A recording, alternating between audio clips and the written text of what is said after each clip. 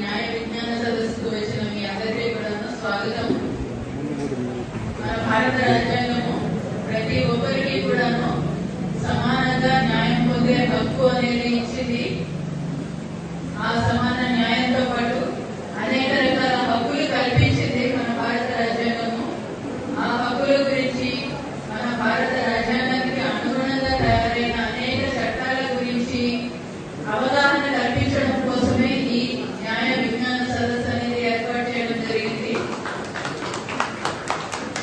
చట్టాలు అనేవి ఎందుకు ఏర్పాటు చేయబడ్డాయంటే మన సమాజంలోని మనుషులు ఒక డిసిప్లిన్ తోటి వారి నడవడి చేసుకోవడం కోసము, అభివృద్ధి కోసము అనుగుణంగా ఈ చట్టాలు అనేవి ఏర్పాటు చేయడం జరిగింది. ఈ చట్టాలు మనకి హక్కులు ఇస్తాయి, బాధ్యతలను ఇస్తాయి. ఇప్పుడే ఇందాక ఒక వక్త చెప్పినట్టుగా మనము దైనందిన కార్యక్రమాలు చేసుకుంటూనే ఉన్నాము. కానీ మనము ఏ పని చేస్తూ ఉంటే దానికి మనం ఏ చట్టం సపోర్ట్ గా ఉన్నది, మనం ఏ బాధ్యత ఏ చట్ట ప్రకారము మనం నిర్వహించాలి అని అన్నది ఎవరికీ తెలియడం లేదు. ఏదైనా ఒక సమస్య వచ్చినా కానీ ఒక న్యాయవాదిని సంప్రదించో లేదంటే ఏదైనా ఒక పరిష్కారం కోసము కోర్టు దగ్గరికి వెళ్ళినా కానీ ఆ కోర్టు దగ్గర నడిచే కేసు ఏమిటి, ఎందుకోసం నడుస్తున్నది, ఏమి అడుగుతున్నారు, మనం ఏమి చెప్తున్నాము అని అన్నది కూడాను ఎవరైతే సమస్యలో ఇరుక్కున్నారో వాళ్ళకి తెలియకుండా పోతున్నది.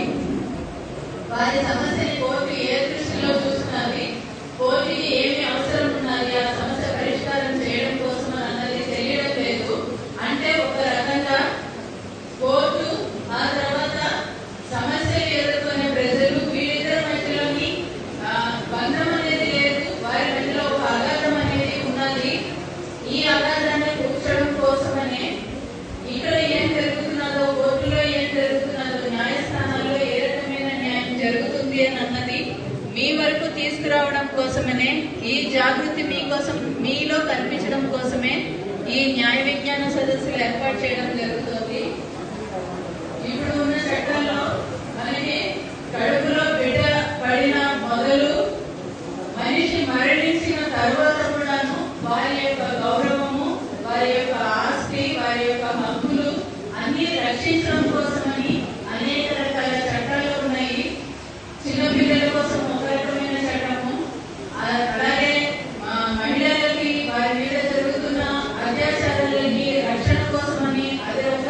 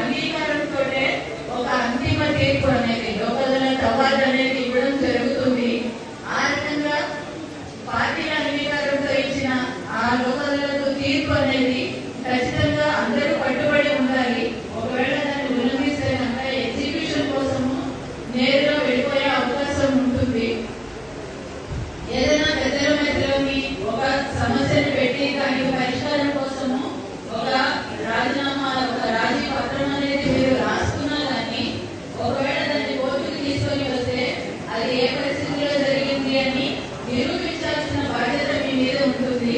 అదే ఆ రకమైన సమస్య వచ్చినప్పుడు ఆ పరిష్కారము లోక్ అదాలత్ ముందర పెడితే కనుక దానిలోని న్యాయపరమైన విషయాలన్నీ కూడా చూసి దాన్ని న్యాయానికి అనుగుణంగా మీకు ఒక కోర్టు, సివిల్ కోర్టు డిగ్రీ పొందే విధంగా మీకు దానిని ఒక లోక్ అదాలత్ అవార్డు రూపంలో మీకు రాసి ఇవ్వడం జరుగుతుంది.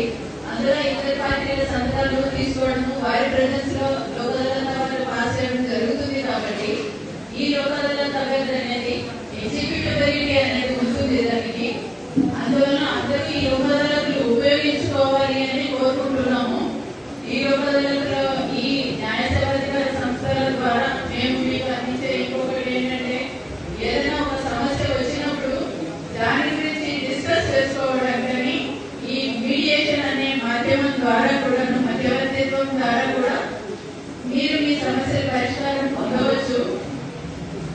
అదేవిధంగా మా Telangana state legal services authority వారు, రాష్ట్ర న్యాయ సేవాధికార సంస్థ వారు ఈ నెల 15వ తారీఖున ఒక స్పెషల్ లోక్ అదాలత్ తీసుకోవాలి అని, అందులో పెండింగ్ లో ఉన్న కేసులు మాత్రమే తీసుకొని దానిలో ఇరు వర్గాలను పిలిపించి ఆ కేసులోని రాజీ మార్గం ద్వారా వాటిని పరిష్కారం చూపేలాగా, లోక్ అదాలత్ లో వాటిని సెటిల్ చేసేలాగా కృషి చేయాలని మా అందరూ జ్యుడిషియల్ ఆఫీసర్స్ అందరికీ కూడా ఇన్స్ట్రక్షన్స్ ఇవ్వడం జరిగింది.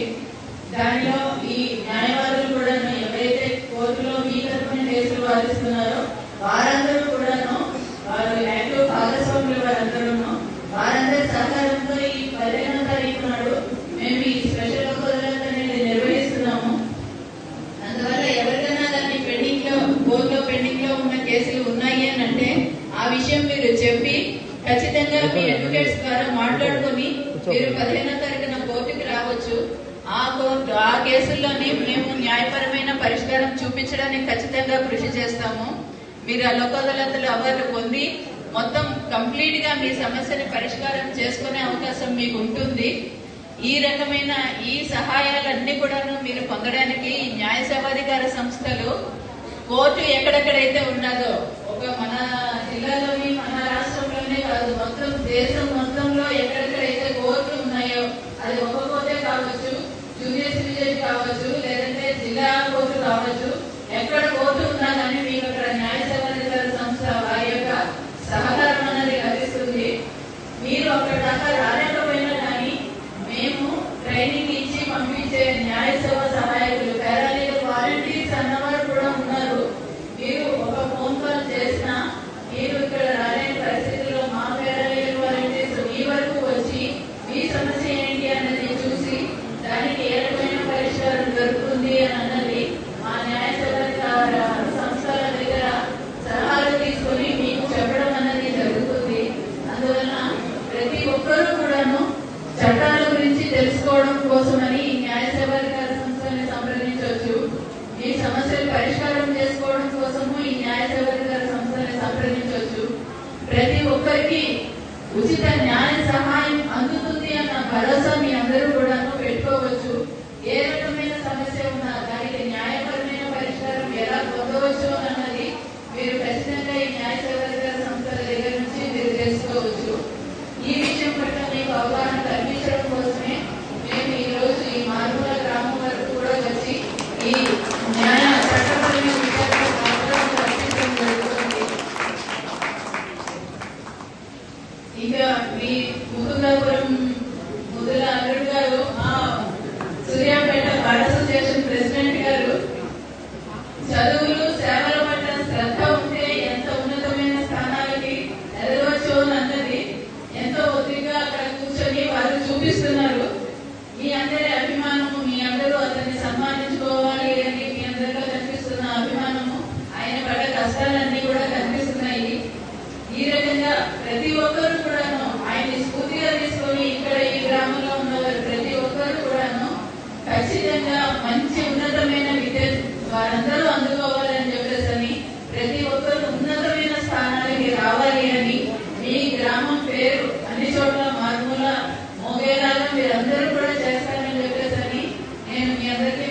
వారి అభినందనలు